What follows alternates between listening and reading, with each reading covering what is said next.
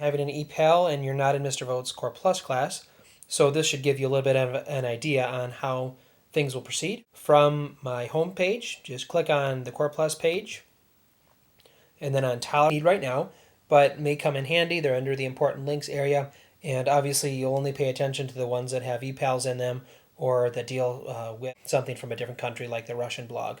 But essentially these will be handy a little later on. The biggest one you'll want to pay attention to is the ePals website, largely because that's the one you'll click on to log in to the ePals website.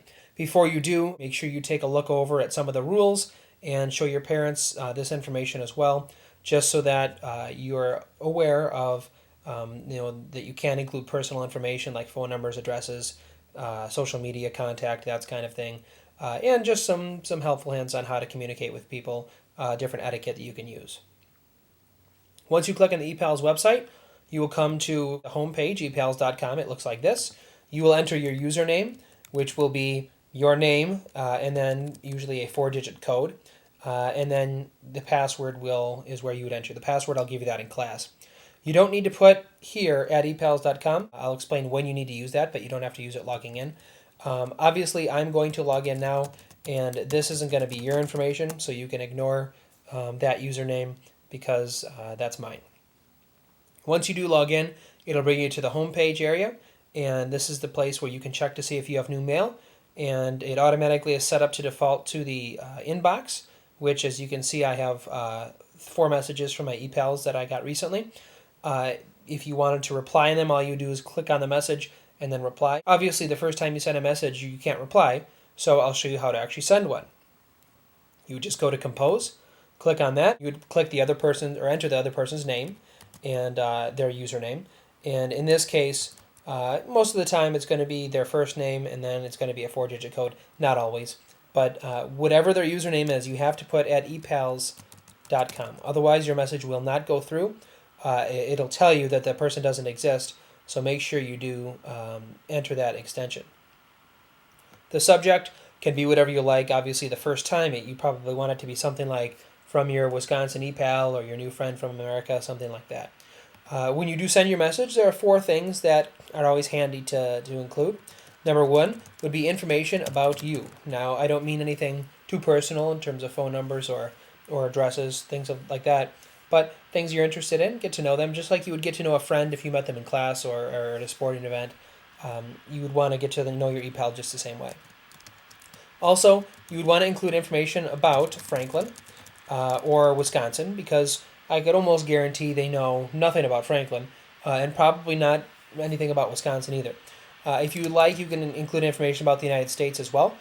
They probably do study the United States a little bit, some more than others, but they certainly don't have any idea about Franklin or Wisconsin. In terms of asking, you would want to ask about them. Just like for number 1, include information personally about you. You want to get to know them as well. And again, not the phone number, but you want to get to know what they're interested in and how they go about their day and what their personal life is like. And then you would certainly want to ask about their country, their city, or their hometown, whatever. Some of them don't have a formal hometown like we may think of. Some of the ePals in Ghana we're talking to are more set up in tribes. So it really depends on the person you're talking to, but you want to get to know a little bit about their culture. And again, because that's kind of the whole reason we're doing this. Now, when you're done, you would hit send. Obviously, I'm not going to hit send because Emma's not my ePal, and she would probably wonder why I'm sending her a message, so I'm just going to delete that.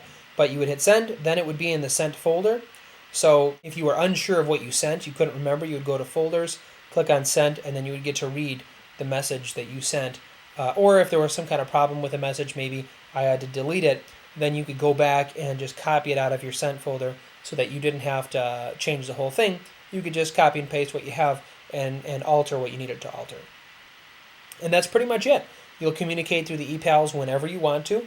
When you want to send a message, send one, whether it's at school or not at school, whether it's at home, doesn't matter. When I get them, I'll read them over and then I send them on. Or I might have to delete them if you included something personal like a last name. But when you want to send a message or read one, just go to your inbox, and if there's one in there, then you can take care of that. It doesn't have to be at school. If you are interested as well of going a step further with this, you can go to a website that we made for Core Plus, and essentially what we did is all of the students made home pages here that you see on the right, and we're tracking what we've learned about our ePals and their countries. And so if you click on this one, you can see that I've learned quite a bit from my ePal in Ghana, and not quite as much from the one in Russia. I haven't received as many messages, but then there's one from Sweden that I've learned about as well. So I've got a couple more messages I have to return. But if you're interested in having your own home page, as well as you can see a lot of your classmates do to kind of track this information, you can let me know as well. So I hope you enjoyed, and I'm glad that you're interested in communicating with somebody from a different country. Right now, we've got messages waiting from a school in Tanzania, Africa. So again, just contact me, whether it's through email or in person in class, and I will get you set up with a username, and you can begin sending messages.